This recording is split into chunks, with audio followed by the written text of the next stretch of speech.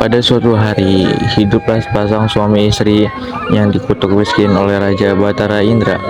Mereka sangat miskin sampai ketika sang istri hamil dan mengidam buah mempelam, buah yang hanya ada di sekitar halaman istana. Karena rasa cintanya sang suami kepada istrinya, dirinya selalu berusaha untuk menuruti keinginan istrinya tersebut. Datanglah si miskin dan memohon kepada raja untuk memetik buah mempelam di sana.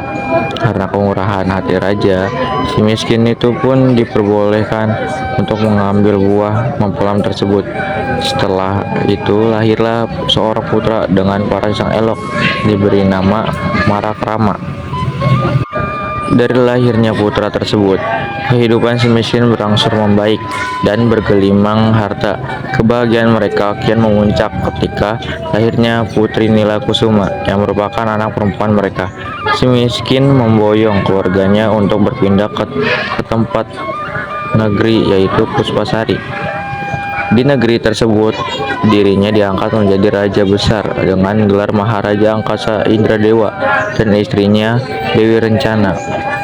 Kesejahteraan dan kemakmuran negeri Puspasari di bawah kepemimpinan Maharaja Angkasa Indradewa rupanya mengundang ketidaksukaan raja lain, yaitu Maharaja Indradewa yang merupakan raja kerajaan dari Antah Beranta. Ketidaksukaan Maharaja Indradewa diperlihatkan dengan cara menyuruh para ahli nujum untuk meramal anak Maharaja Angkasa Indradewa dan menyatakan bahwa kedua anaknya akan menjadi sumber kehancuran dan kesialan hidupnya. Maharaja Angkasa dan istrinya berhasil termakan ramalan palsu ahli nujum tersebut, yang menyebabkan Maharaja Angkasa membuang Marakrama dan Putri Nila dari negeri Puspasari.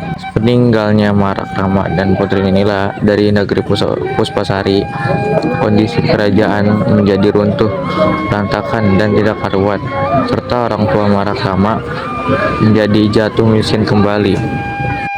Di tengah perjalanan tanpa tujuan, kedua kakak beradik itu pun berteduh di bawah pohon untuk beristirahat sejenak. Karena merasa lapar, Marakrama berinisiatif untuk memasak seekor burung dengan meminta api kepada petani.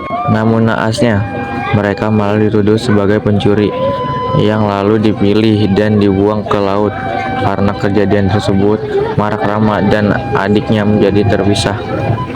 Putri Nila Kusuma terdampar di pantai, yang lalu ditemukan oleh Raja Maki Biasa Hari yang merupakan putra mahkota dari kerajaan Panggil dengan Cahaya. Putri Nila dibawa ke istana untuk dipersuntingnya dan menjadi permaisuri dengan gelar Putri Mayang Mangurai.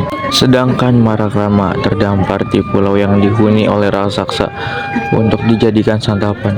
Marakrama tidak sendiri, melainkan raksasa juga mencuri Putri Cahaya Hairania.